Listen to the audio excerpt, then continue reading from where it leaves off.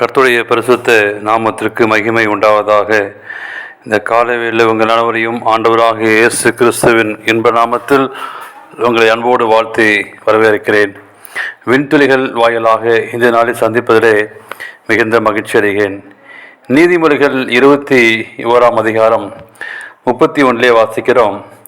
குதிரை யுத்த நாளுக்கு ஆயத்தமாக்கப்படும், ஜெயமோ கர்த்தரால் வரும் என்று சொல்லி சாலமோன் கூறுகிறார். இந்த நாளின் செய்தியாக அரேபிய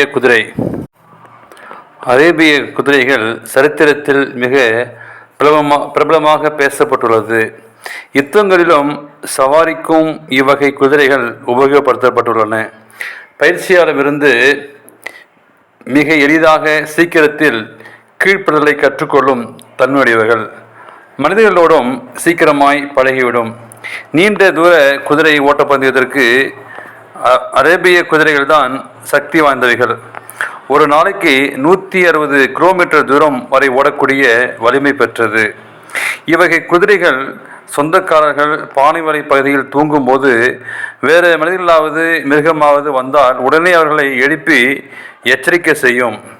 சவாரி செய்யும் பொழுது கீழே விழுந்து விட்டால் பக்கத்தில் நின்று கொண்டு அவசர உதவிக்கு மற்றவர்களின் கவனத்தை ஈர்க்கும் வகையில் சத்தமாக கனைக்கும். அன்போடும் பாசத்தோடும் மதிப்போடும் பயிற்சி கொடுத்தால் மாத்திரமே இந்த குதிரைகள் சீக்கிரத்தில் பயிற்சியை முடித்து நன்கு கீழ்ப்படியும். அதனை துன்படுத்தினாலோ அடித்தாலோ பழக மறுக்கும்.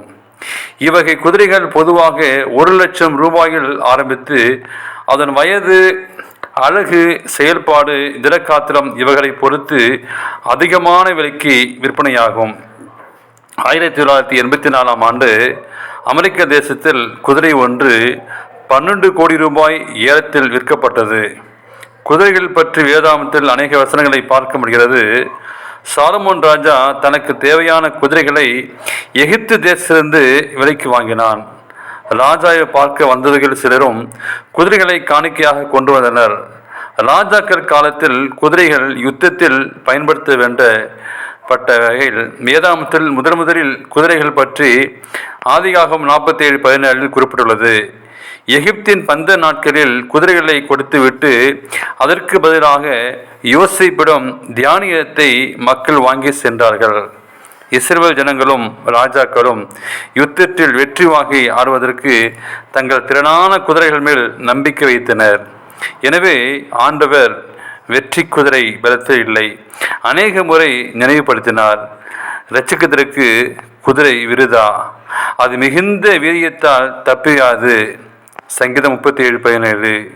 அவரது நம்பிக்கை கர்த்தரின் பலத்தில் சார்ந்திருக்க வேண்டும் என விரும்புகிறார். பார்வோனின் குதிரை வீரர்கள் இஸ்ரவேலை துரத்தி கடலில் அமிழ்ந்து மாண்டு போனது நல்ல உதாரணமாக இருக்கிறது. கர்த்தரை நம்புவதற்கோ ஜெயம் உண்டு. எனவே கர்த்தருடைய பிள்ளைகளே, நாம் கர்த்தரை நம்புவோம். ஆண்டவர் இந்த நாளை உங்களுக்கு ஜெயமாக்கி தர கிருபை செய்வாராக. ஆமேன்.